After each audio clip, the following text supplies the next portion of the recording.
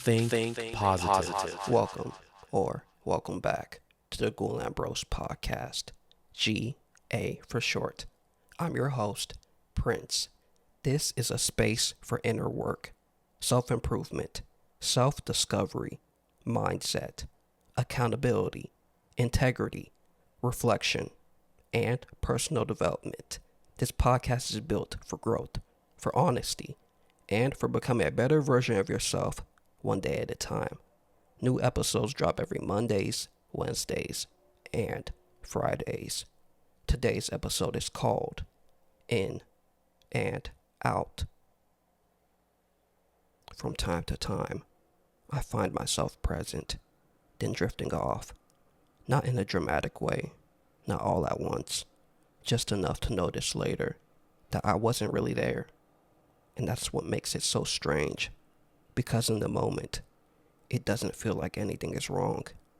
It just feels like you slipped, like your body stayed, but your mind stepped away, and you don't always catch it immediately. Sometimes it takes time before you realize you haven't really been in it, and when you do realize it, it's almost quiet. No big reaction, no sudden shift, just a small awareness that you were here, but not fully in it. It's hard to stay directly in what you're in, especially when it's challenging and there's no clear way through it.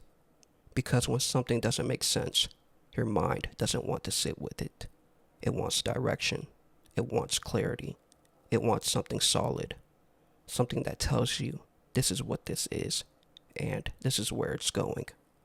But when that's not there, you start to feel it.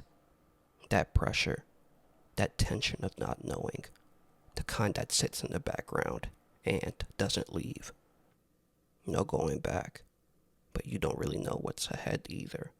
And that space right there, that in between, is one of the hardest places to be. Because at least when you're behind, you understand it. And when you're ahead, you can see it. But in the middle, you're just there. No clear identity for the moment. No clear direction. Just existing inside something that hasn't made sense yet. And that lack of clarity can make even small things feel heavier than they are. I'm not sure why that happens, but it's real. It repeats. Different situations, different times, different versions of life. Same feeling. A pattern that doesn't announce itself, but shows up anyway. Is that what happens when you've been in it too long? When something sits on you long enough that you don't even realize how long you've been carrying it? Is drifting out of it a way to cope? A way to escape it? Even if it's just for a moment? Or maybe it's a quiet form of relief?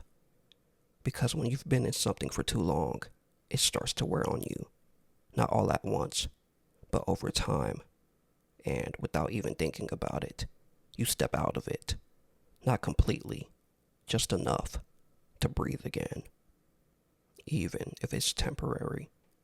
Even if you know you'll come back to it.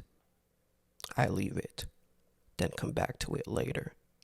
Sit in it again, and realize it's still there, exactly where it was, like it never moved, like it didn't care that you stepped away, unmoved, unchanged, waiting, not louder, not gone, just waiting. And that says a lot, because it shows you time passing doesn't mean resolution, distance doesn't mean progress, and space doesn't mean something disappears. Sometimes it just means you paused your interaction with it. So, I try to be positive, not force it. Just give the day a fair shot, because forcing it never really works. It just covers things up, and eventually it shows again, in a different way, at a different time, but it shows. Not every day needs to feel amazing. Not every moment needs clarity. Sometimes progress just looks like not making things worse, and that's enough. More than people realize. I focus on what I can control, because when everything feels unstable, control becomes smaller, not the whole situation, just parts of it. Decisions, reactions, effort, the way you respond instead of the situation itself. Those are all good solutions, but truth is, these fade away in time because they don't remove the core. They manage it. They ease it. They help you move through it, but they don't erase it. And eventually, you find yourself facing it again.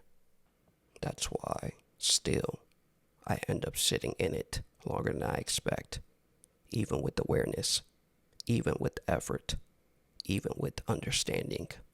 You can still be in it, because understanding something doesn't always equal moving out of it. Longer than planned, longer than you thought you would be. After a while, it starts to feel normal. Not because it should, but because you've been there long enough that it becomes familiar. And when something becomes familiar, you stop challenging it. You stop questioning it. You just exist in it. And existence without awareness can keep you there longer than you realize.